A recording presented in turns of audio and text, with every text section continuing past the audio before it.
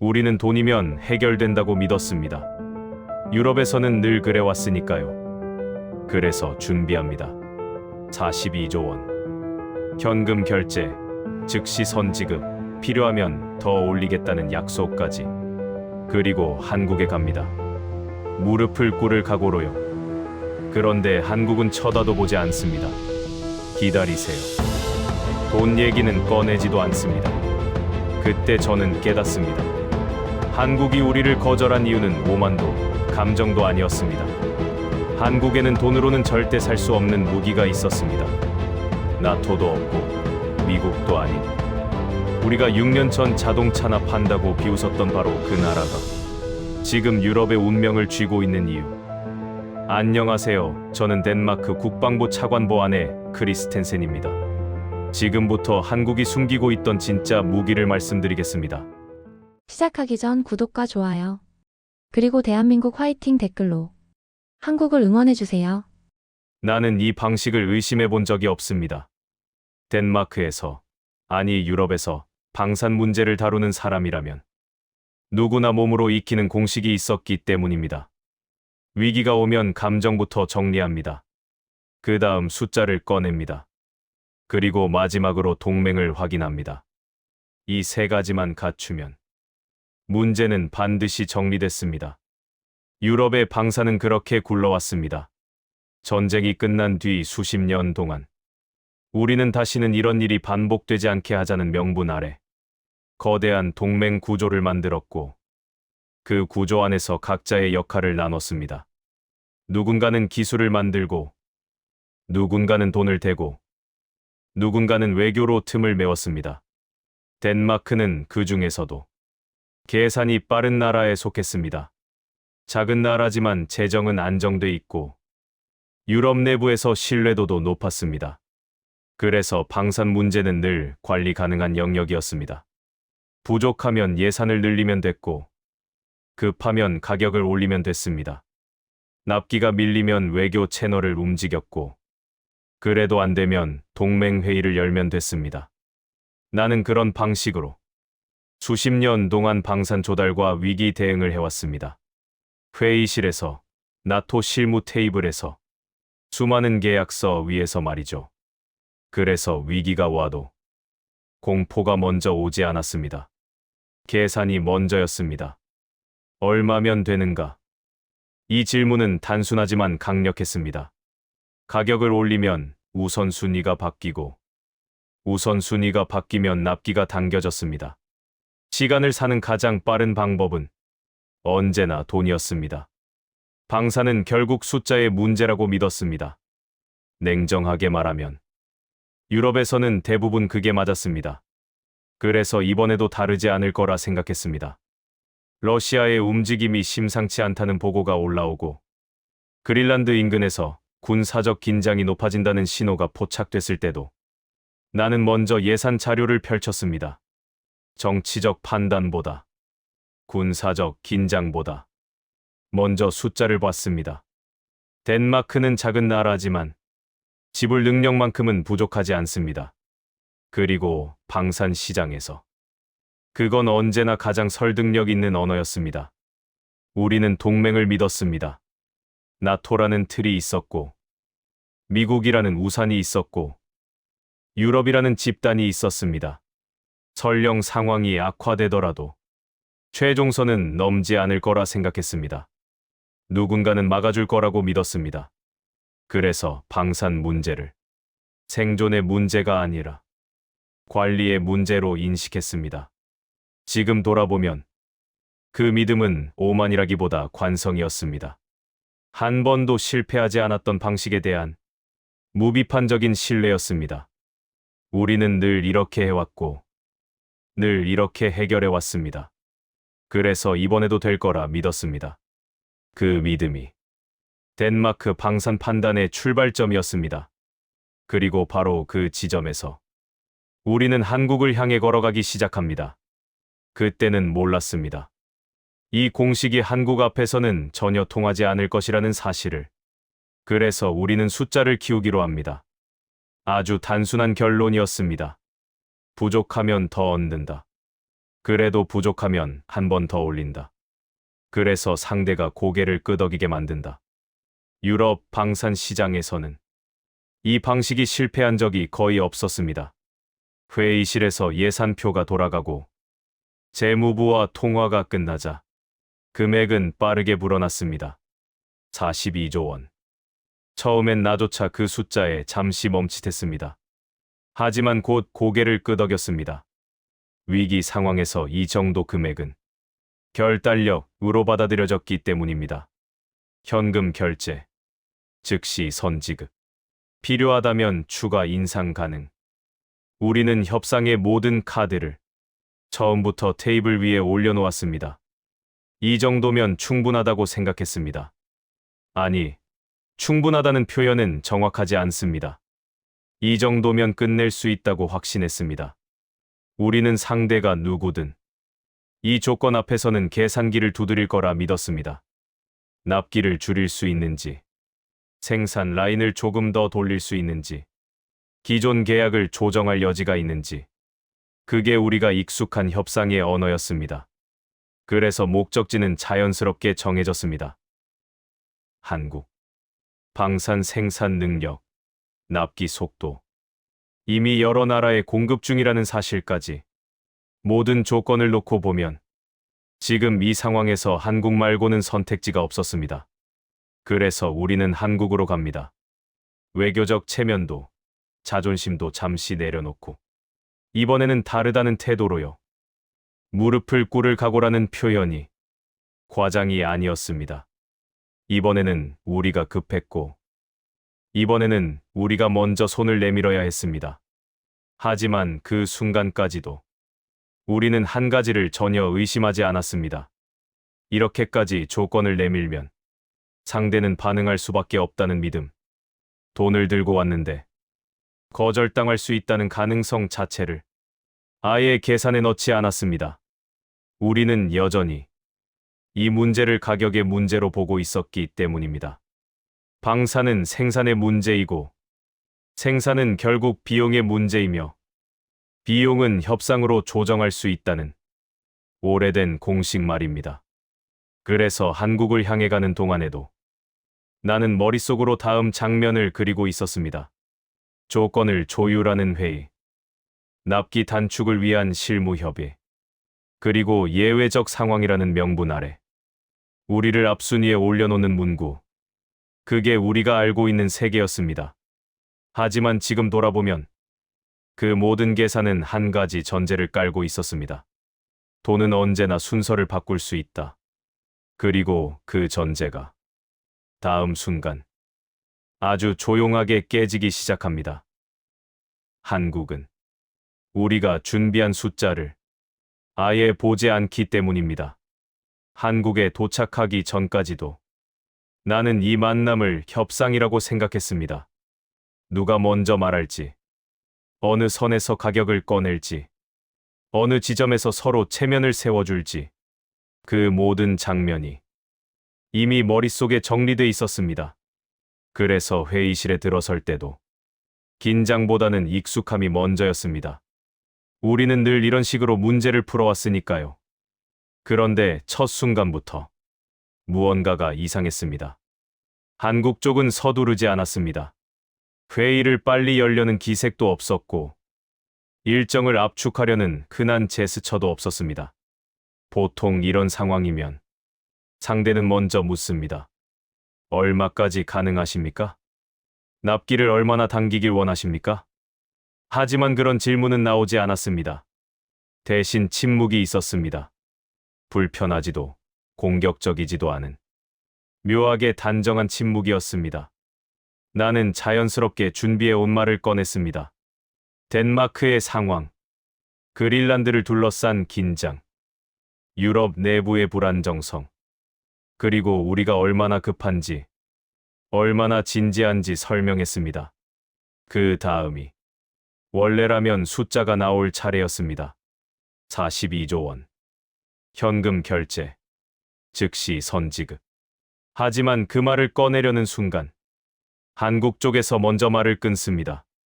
기다리세요. 그 한마디였습니다.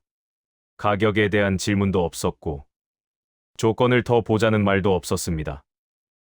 그냥 기다리라는 말뿐이었습니다. 나는 잠시 말을 잃었습니다. 통역의 문제인가 싶어 다시 한번 확인했습니다. 가격 조건은 아직 논의하지 않으셔도 됩니까? 하지만 돌아오는 답은 같았습니다. 지금은 아닙니다.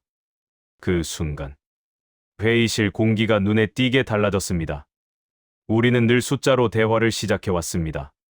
숫자는 가장 빠른 공용어였고 서로의 진심을 확인하는 수단이었습니다. 그런데 한국은 그 공용어를 쓰지 않았습니다.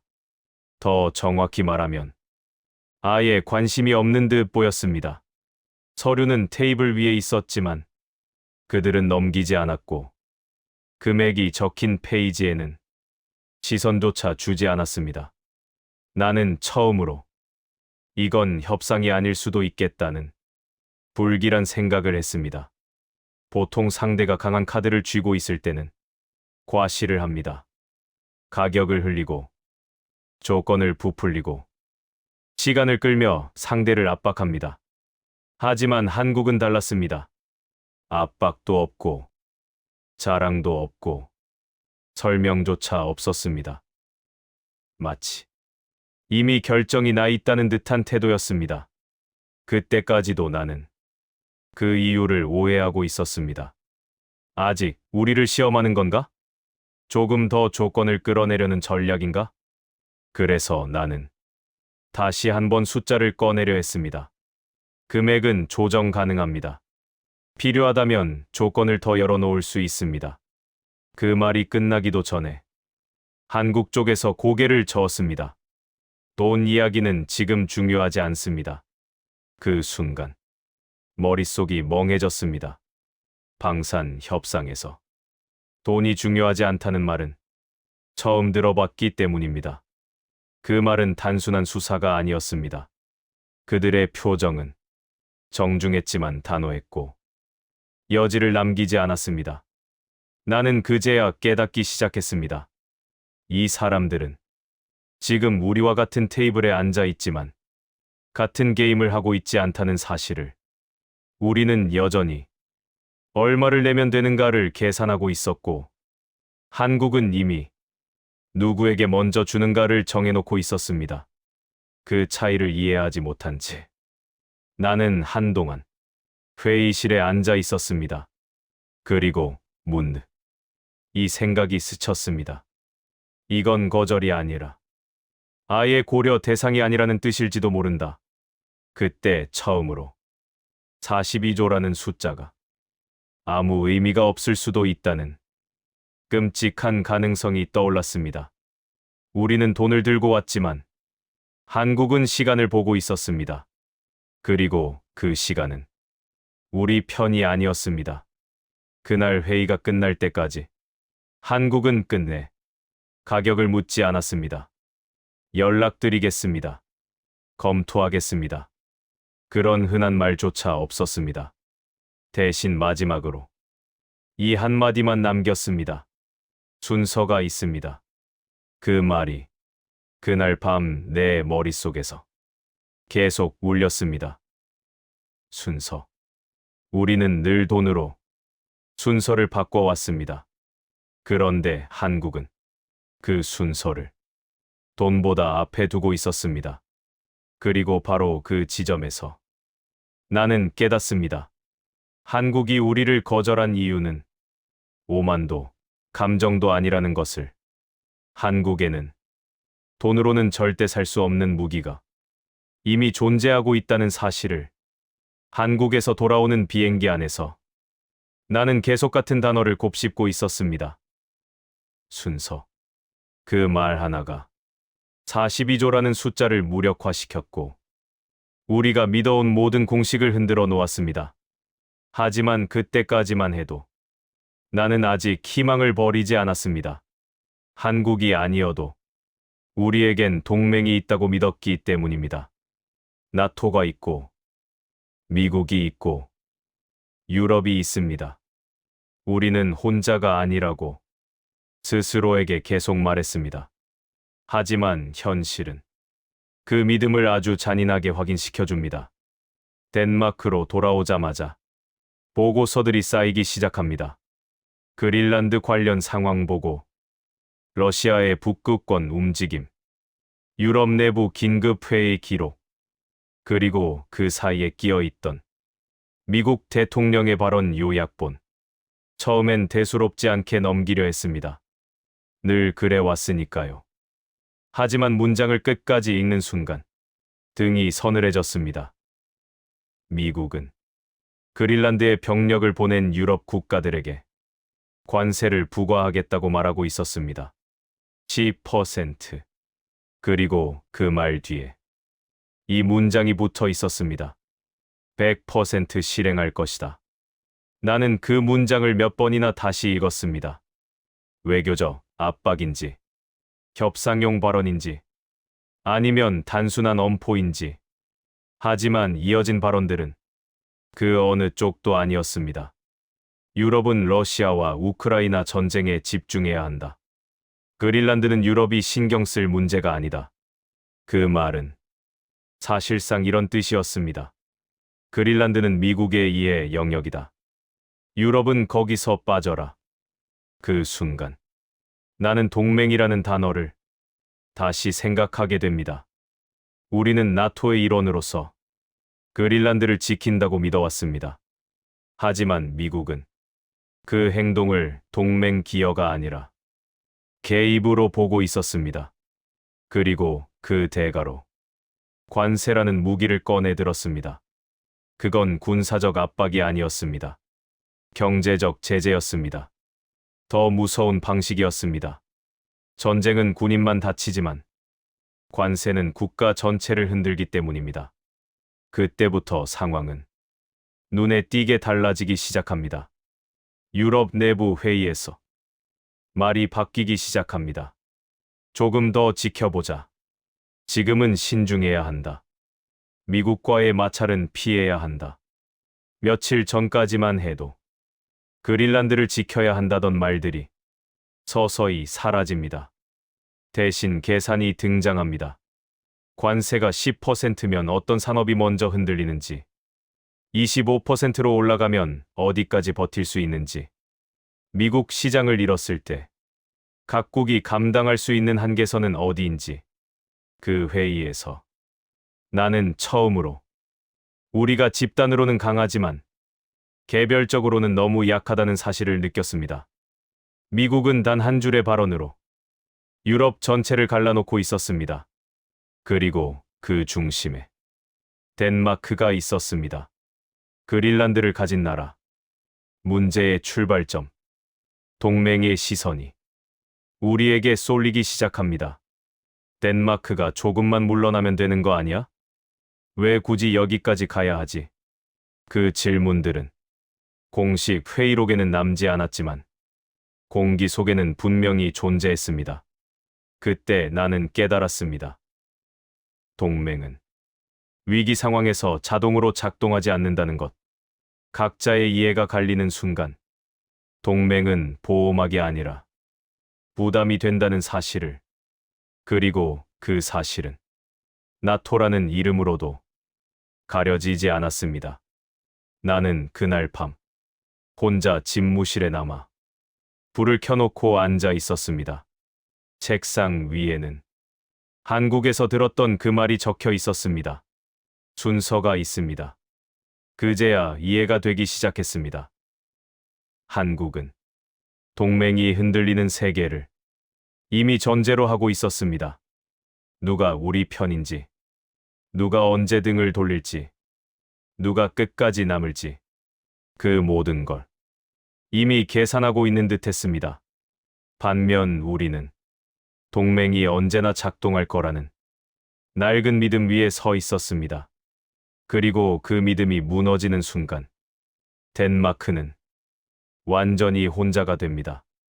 그날 이후로 나는 더 이상 나토가 있으니 괜찮다는 말을 입 밖에 내지 못합니다.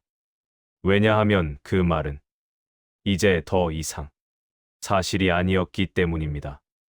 그리고 바로 그 공백 속에서 한국이 왜 그렇게 행동했는지 조금씩 보이기 시작합니다. 그날 밤, 나는 잠을 이루지 못했습니다. 머릿속에서 계속 한 장면이 반복됐기 때문입니다.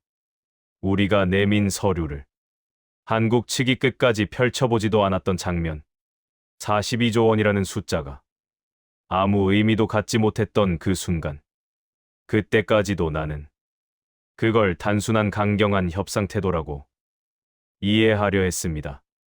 하지만 며칠 뒤 내 책상 위에 올라온 한 보고서가 그 생각을 완전히 바꿔 놓습니다. 한국 방산산업 분석 보고서. 내부 참고용 문서였습니다. 처음엔 그냥 넘기려 했습니다. 우리는 이미 한국에 거절당했고, 지금 당장 급한 건 미국과 유럽 내부 정치였으니까요. 하지만 한 문장이 나를 붙잡았습니다. 한국 방산산업은 수주 중심이 아니라 전시 대비 생산 체계를 기반으로 운영된다. 그 문장을 읽는 순간 나는 비로소 우리가 뭘 잘못 보고 있었는지 깨닫습니다. 유럽 방산산업은 주문이 들어오면 생산합니다. 계약 설계 조정 생산 라인 확보 납기. 그래서 돈이 중요합니다. 돈이 많으면 라인을 늘릴 수 있고 우선순위를 바꿀 수 있습니다. 하지만 한국은 달랐습니다. 한국은 주문이 없어도 이미 만들어 놓고 있었습니다. 그 이유는 단순했습니다. 한국은 전쟁이 언제든 날 수 있다는 전제로 국가 전체가 움직이기 때문입니다. 북한 40km 핵미사일, 이 세 단어가 한국의 모든 방산 논리를 지배하고 있었습니다. 한국에게 방산은 수출 산업이 아니라 생존 산업이었습니다. 그래서 한국은 얼마에 팔 수 있는가가 아니라 얼마나 빨리 투입할 수 있는가를 기준으로 움직였습니다. 그 결과가 우리가 이해하지 못했던 그 대기열이었습니다. 한국의 방산 생산 라인은 이미 전 세계 주문으로 수년치가 꽉 차 있었습니다. 그 대기열은 돈으로 바꾸는 순서가 아니었습니다. 먼저 손을 내밀고, 먼저 신뢰를 쌓고, 먼저 함께 버텨온 나라들의 순서. 그래서 폴란드가 먼저였고, 노르웨이가 먼저였고, 핀란드가 먼저였습니다. 그리고 덴마크는 그 순서에 존재하지 않았습니다. 우리는 6년 전 그 줄에서 스스로 내려왔습니다. 그때 우리는 한국을 이렇게 봤습니다. 자동차나 잘 만드는 나라, 가격으로 승부하는 하청형 국가. 그래서 대기열이라는 개념 자체를 비웃었습니다. 하지만 그 대기열은 한국이 70년 동안 쌓아온 전쟁 대비 명부였습니다. 누가 먼저 우리를 믿었는지, 누가 위기 때 함께했는지, 누가 끝까지 남았는지, 그 기록이 그대로 생산 순서가 된 것입니다. 그래서 한국은 우리에게 이렇게 말할 수 있었습니다. 기다리세요. 그건 거절이 아니라 사실 통보였습니다. 지금 당신들은 우리의 전쟁 시나리오 안에 포함돼 있지 않다고. 그제야 나는 이해했습니다. 한국이 숨기고 있던 무기는 미사일도 전차도 아니었습니다. 전쟁을 전제로 움직이는 국가 시스템, 돈으로는 살 수 없는 그 체계 자체가 한국의 진짜 무기였습니다.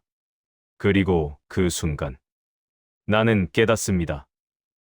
유럽은 전쟁을 가정하지 않았고 한국은 전쟁을 일상으로 계산하고 있었다는 것을.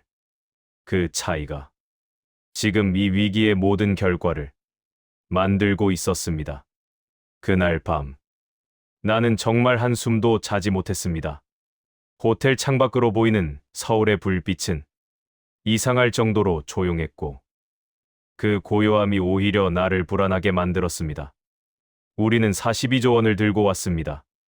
유럽 방산 역사에서 이 정도 규모의 즉시 결제 제한은 전례가 없었습니다.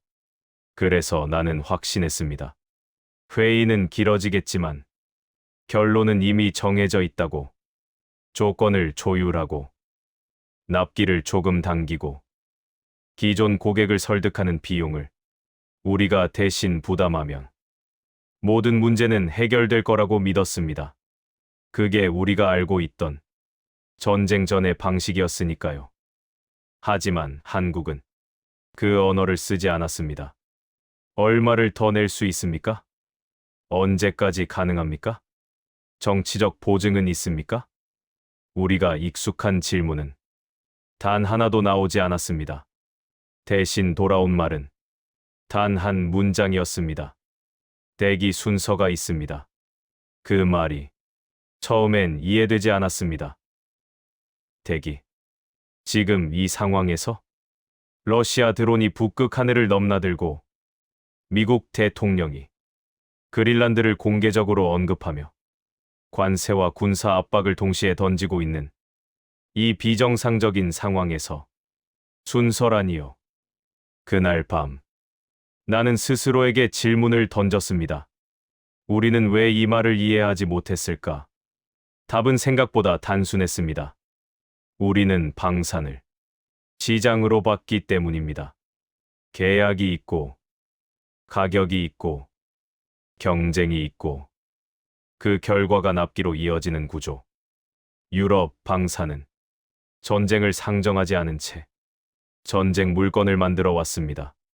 평화가 기본값이고 전쟁은 예외였기 때문입니다. 그래서 공장은 늘 절반만 돌렸고 생산 라인은 주문이 들어올 때만 움직였습니다. 하지만 한국은 완전히 달랐습니다. 한국은 전쟁이 언젠가가 아니라 언제든 일어날 수 있다는 전제를 깔고 움직이고 있었습니다. 북한과의 거리, 수십 킬로미터, 미사일 비행 시간, 단 몇 분, 대피 명령을 기다릴 시간도, 외교적 협상을 할 시간도 없습니다. 그래서 한국의 방사는 애초에 지금 당장 쓸 수 있느냐를 기준으로 설계되어 있었습니다. 그날 새벽, 내가 다시 읽기 시작한 한국 방산 관련 보고서에는 이런 문장이 있었습니다. 한국 방산 산업은 평시 생산 체제가 아니라 전시 전환 체제를 기본값으로 삼는다. 그 문장을 읽는 순간 모든 퍼즐이 맞아떨어지기 시작했습니다. 그래서 한국은 라인을 늘릴 수 없다고 말했던 겁니다. 늘릴 의지가 없어서가 아니라 이미 최대로 돌리고 있었기 때문입니다. 그래서 돈 얘기를 꺼내지 않았던 겁니다. 돈으로 바꿀 수 있는 여지가 처음부터 없었기 때문입니다. 그래서 대기열이라는 개념이 존재했던 겁니다. 그 대기열은 상업적 계약 순서가 아니었습니다. 그건 한국이 전쟁을 가정했을 때 누가 먼저 함께 설 것인가에 대한 명단이었습니다. 폴란드는 한국을 비웃지 않았습니다. 핀란드는 혹한기 시험 데이터를 직접 확인했습니다. 노르웨이는 가격이 더 비싸도 한국을 선택했습니다. 그 나라들은 한국을 싼 대안으로 보지 않았습니다. 함께 버틸 수 있는 국가로 봤습니다. 반면 우리는 어땠습니까? 6년 전 우리는 한국을 입찰 테이블에 장식물로 썼습니다. 가격을 깎기 위한 도구, 경쟁이 치열한 척 보이기 위한 이름, 그리고 계약이 끝나자 아무 일도 없었다는 듯 그들을 잊었습니다. 그 순간 우리는 그 대기열에서 스스로 이름을 지은 겁니다. 한국은 그 사실을 지금까지 단 한 번도 언급하지 않았습니다. 보복도 없었고 감정적 발언도 없었습니다. 그저 조용히 순서를 지켰을 뿐입니다. 그래서 우리가 42조 원을 들고 나타났을 때 한국은 놀라지도 않았고 흥분하지도 않았습니다. 이미 알고 있었기 때문입니다. 돈으로 순서를 바꿀 수 없는 순간이 언젠가 올 거라는 걸. 그리고 지금 그 순간이 우리에게 찾아온 것이었습니다. 그제야 나는 깨달았습니다. 한국이 숨기고 있던 무기는 어떤 특정한 무기 체계가 아니었습니다. 미사일도, 전차도, 포병 시스템도 아니었습니다. 전쟁을 전제로 국가 전체가 움직이는 구조. 누가 먼저 믿었는지, 누가 끝까지 남았는지, 누가 말이 아니라 행동으로 증명했는지, 그 모든 것이 이미 시스템 안에 새겨져 있었습니다. 그래서 한국은 우리에게 고개를 들지 않았습니다. 무시해서가 아니라 설득할 필요가 없었기 때문입니다. 우리는 이제야 그 사실을 이해했습니다. 유럽은 전쟁을 가정하지 않았고 한국은 전쟁을 일상으로 계산하고 있었다는 것. 그 차이가 지금 이 위기의 모든 결과를 만들고 있었습니다. 그날 이후로 나는 회의실에 앉아 있으면서도 계속 같은 생각만 했습니다. 우리는 이미 진 싸움을 하고 있었구나. 우리는 아직 서류를 들고 있었고, 아직 협상을 하고 있다고 믿고 있었지만, 사실 이 게임은 시작되기도 전에 끝나 있었습니다. 한국은 우리와 싸우고 있지 않았습니다. 경쟁도, 협상도 아니었습니다. 그들은 그저 자기 순서를 지키고 있었을 뿐입니다. 그 사실이 나를 가장 무너뜨렸습니다. 우리는 유럽입니다. 수백 년 동안 전쟁의 규칙을 만들고 외교의 언어를 만들고 무기 거래의 질서를 설계해 온 쪽입니다. 그런 우리가 아시아의 한 나라 앞에서 아무런 설득도 통하지 않는 상황에 처해 있었습니다. 그날 밤 나는 우리 내부 보고서를 다시 열어봤습니다. 유럽 방산 경쟁력 저하 원인 분석. 거기엔 이런 문장이 있었습니다. 유럽은 전쟁을 끝내는 방법에는 익숙하지만 전쟁을 대비하는 방법에는 점점 서툴러지고 있다. 그 문장이 비수처럼 꽂혔습니다. 우리는 늘 전쟁은 외교로 막을 수 있다고 믿었습니다. 동맹이 있고, 조약이 있고, 나토가 있고, 미국이 있으니까요. 그래서 우리는 자기 손으로 무기를 만드는 대신 정치에 의존했고, 생산에 투자하는 대신 회의를 늘렸습니다. 그 결과가 지금의 현실이었습니다.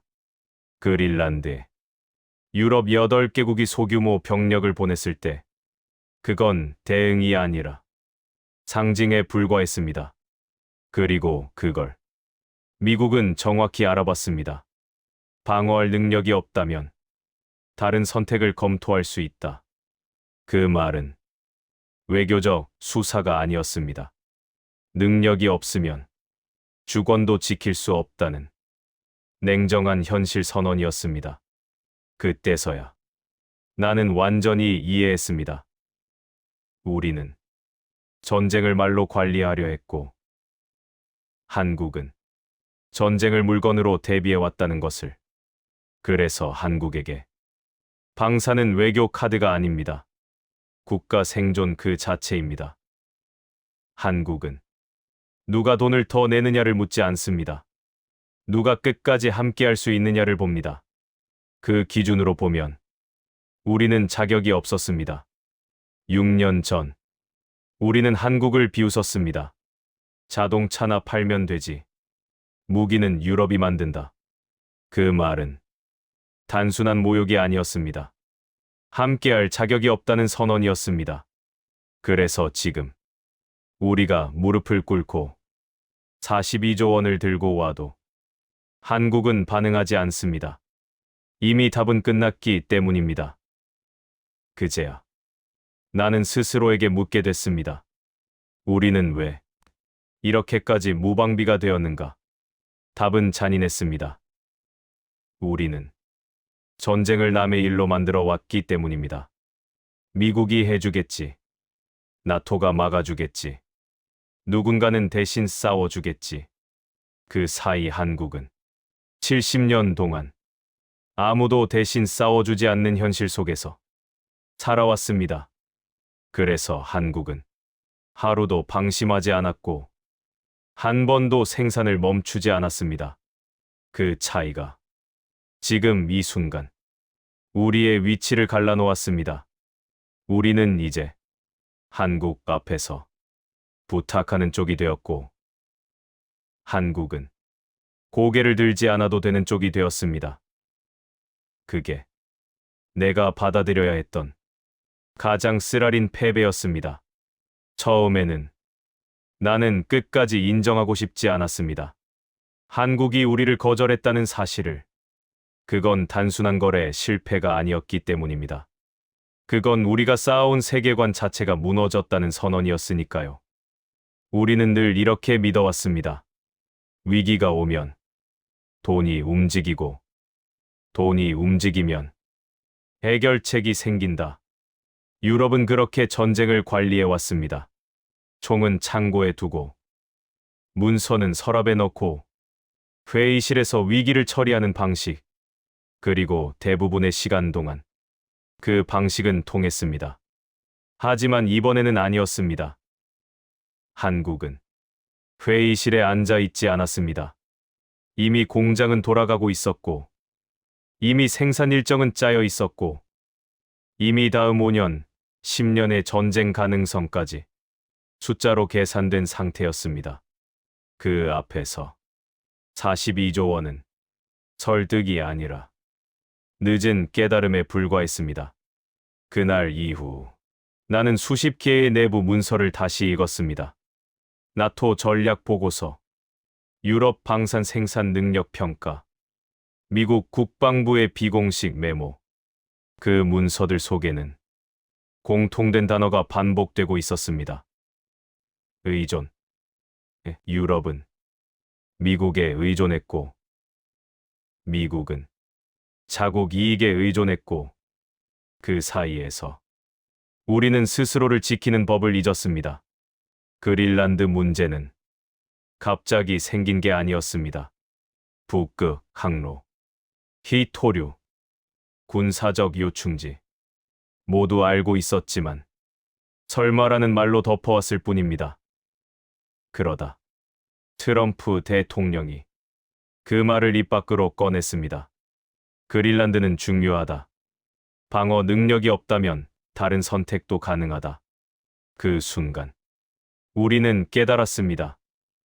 동맹은 조건부라는 것을, 그리고 조건의 이름은 능력이라는 것을. 그때서야 한국이 왜 돈 얘기를 하지 않았는지 이해하게 됩니다. 한국은 누군가를 설득할 필요가 없었습니다. 이미 증명하고 있었으니까요. 생산으로, 납기로, 그리고 실제 전장에서의 신뢰로. 우리는 한국을 숨기고 있다고 표현했지만 사실 한국은 아무것도 숨기지 않았습니다. 우리가 보지 않으려 했을 뿐입니다. 한국은 자신들의 방식을 언제나 공개해왔습니다. 자기 나라는 자기가 지킨다. 그 말은 구호가 아니라 운영 원칙이었습니다.